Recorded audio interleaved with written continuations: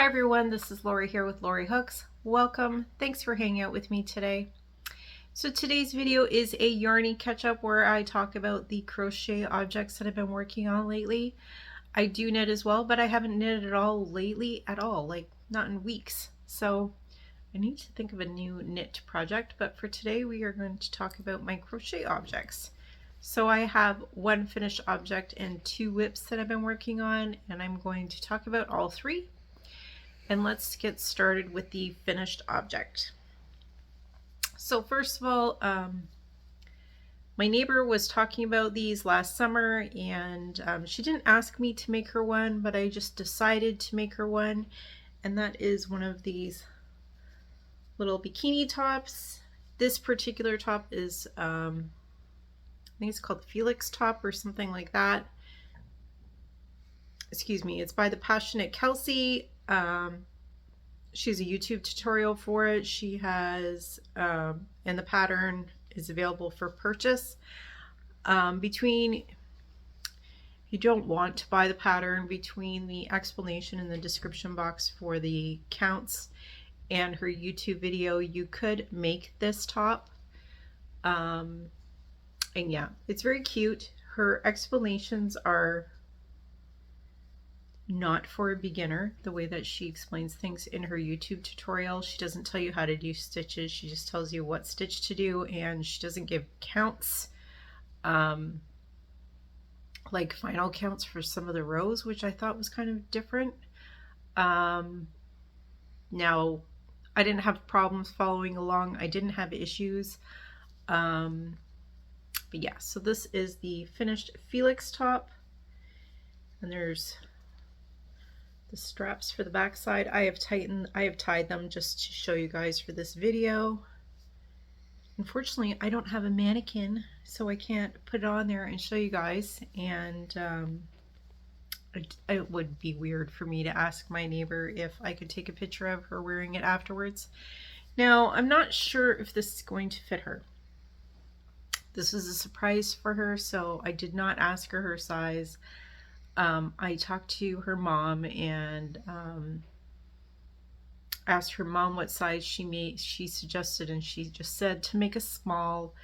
I'm kind of thinking that maybe it's too small. We will see. I'll get her to try it on, and if she wants me to make her another one in a different color or a different size, I will do that for her. But for now, I hope that she likes her top. I have a lot of mistakes in here, so if she wants me to make a new one, I can. I made a pretty significant mistake, and I realized a little bit too late that I wasn't pulling it all out to fix it, so it is what it is. It's not an obvious mistake. If you don't know how to crochet, you would never know, but for an experienced crocheter, you would know right away that I have a pretty significant mistake in here, but it is what it is. So I will link the YouTube tutorial for the Felix top, as well as I'll link the Etsy pattern for you guys. I purchased the pattern on Ravelry because it was a little bit cheaper on there because of the exchange. I've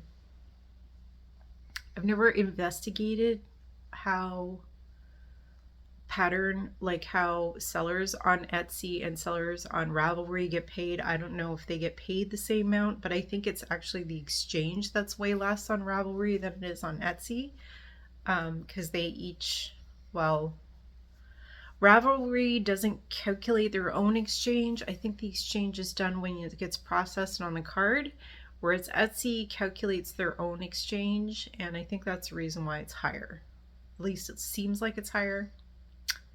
I'm not 100% sure. So, but anyways, I purchased it on Ravelry. There's the Felix top. I think it's cute. It's obviously not something that I would ever wear, but it's a fun make. The yarn that I used for this is, let me grab it here. It is Loops and Threads Cotton Classic in the colorway. Oh, it's just a color number 27007. This is what it looks like.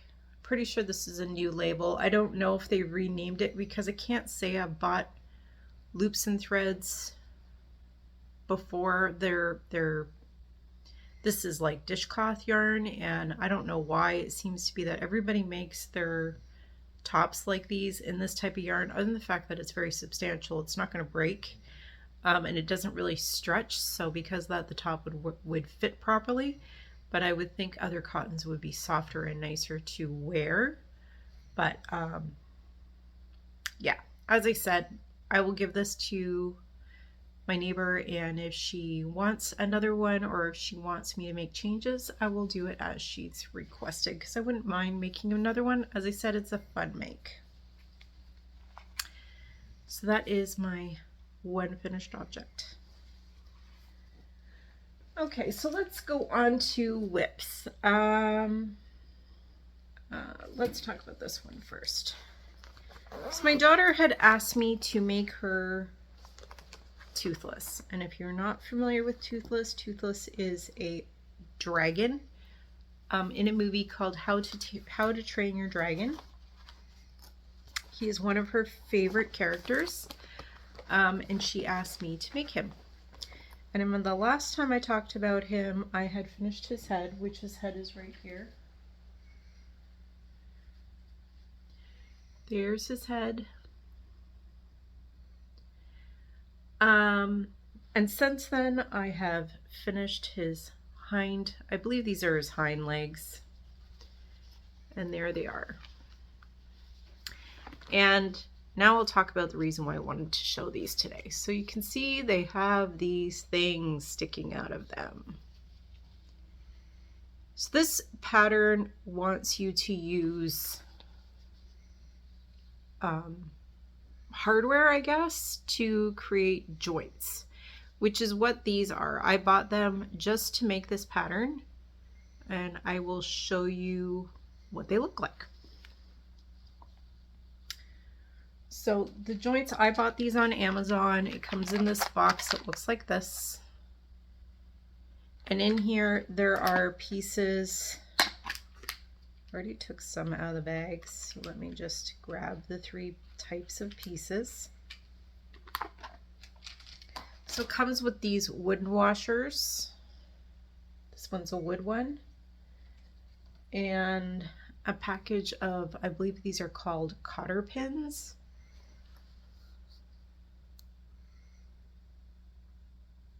And then it has small metal washers that look like this.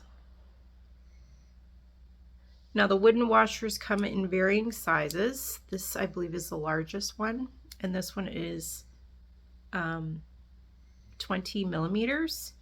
And then these little silver metal washers, that they only have the one size, and I think the wooden washers go down to the same size as this. And the way that it works is you put these 3 pieces together like this. You put the cotter pin, you put the metal washer on the cotter pin first, and then you put your wooden washer on next, and then you push it through the joint where the joint goes on your plushie. So in this case, my leg, it looks like this once you've pushed it through.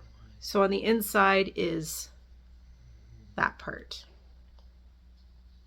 Now on the other side, on the body, you do the same thing. You push it into the body, and then you use a wooden washer and then a metal washer, and then these 2 prongs, they separate.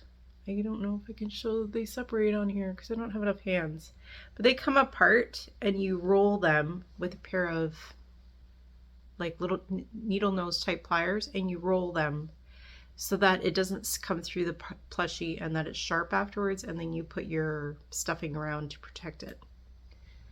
So they will be movable legs, I presume, when they're done. And this is the first time I've used them. I bought these just to make this project, and this is what she recommends in it, or to use plastic joints. Now I also did buy plastic joints.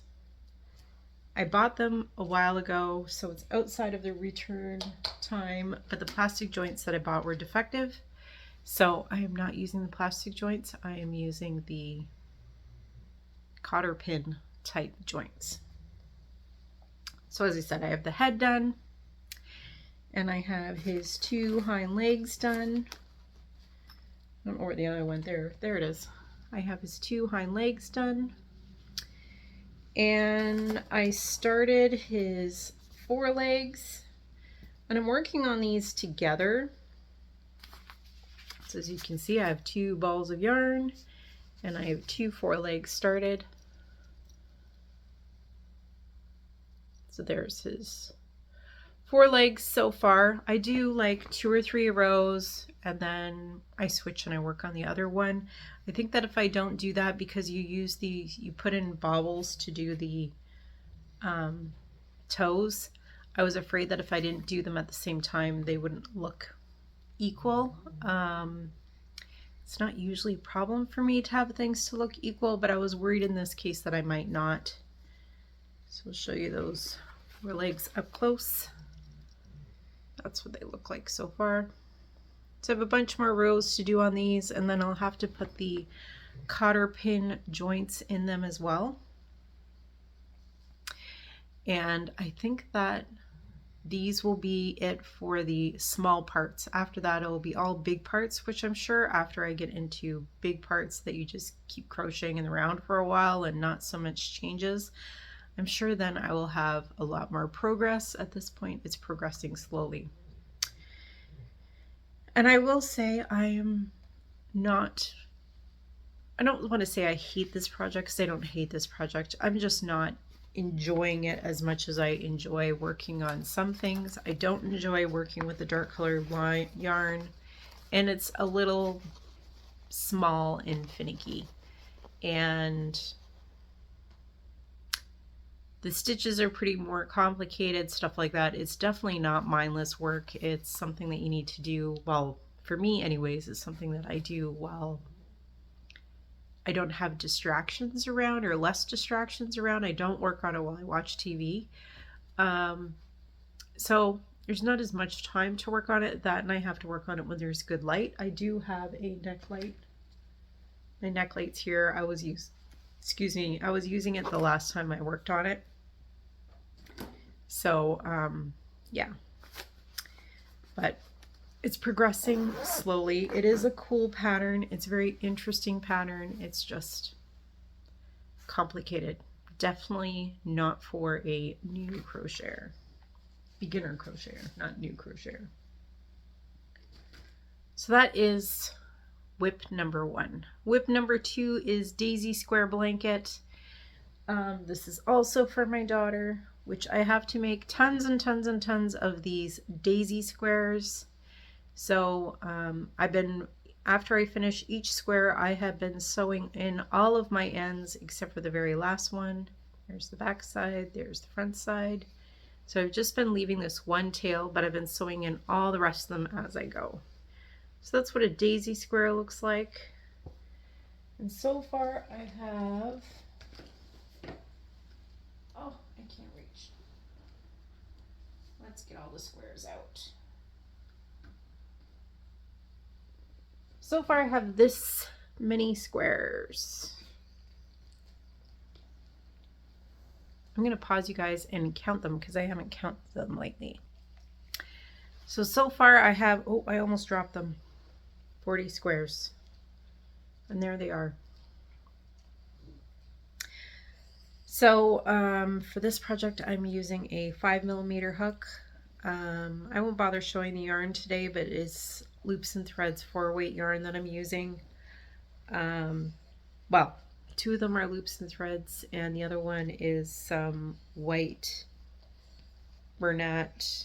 I don't remember if it's Super Saver Premium from my stash, but that's the yarn that I've been using for this. Again, my daughter asked for this. She wanted the daisy squares, so the daisy square blanket. So I've been working on it for her. It's coming along slowly. I try to do a couple squares every day.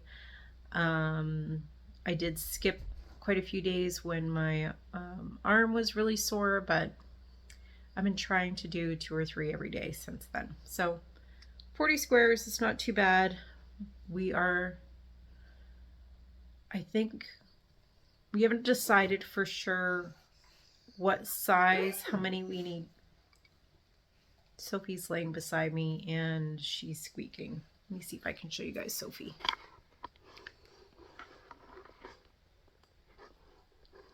There she is. Hi, Sophie. Hey, my girl. There's Sophie. She squeaks when she yawns.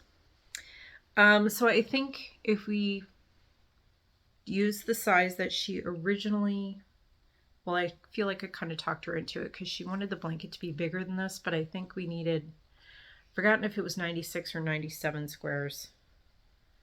My mathing, when the math gets that high number, I have to think about it before more. So I don't remember exactly how many it was. It was either 96 or 97, but I'm around 100. And then I will lay them all out when it gets to be that size and see if she's okay with that size. Hopefully. I feel like I've already made a lot of squares at 40, so I do enjoy making the squares, though. I am enjoying working on this. It has become mindless after making, you know, just a few squares. It got pretty mindless. So, yeah, it's a fun project to work on. This is my TV project at the moment. So, yeah. So I'm thinking about digging out a WIP from my WIP pile. That is a spring summer type project that I wanted to finish for spring summer. So I'm thinking I need to get that out next and finish it. And I also got some more colors of the all-in-one granny, the Red Heart all-in-one granny square yarn that I want to make some of those. I got some new colorways, and so I'm interested in working on that. So yeah, that is what is going on with me. So if you guys have any questions about what I'm working on, please feel free to ask in the comments below. If you'd like to tell me what you're working on, I'd love to hear from you. And I think that's it for today. So thanks for hanging out with me today. Thanks for subscribing to my channel. Thank you for liking my videos.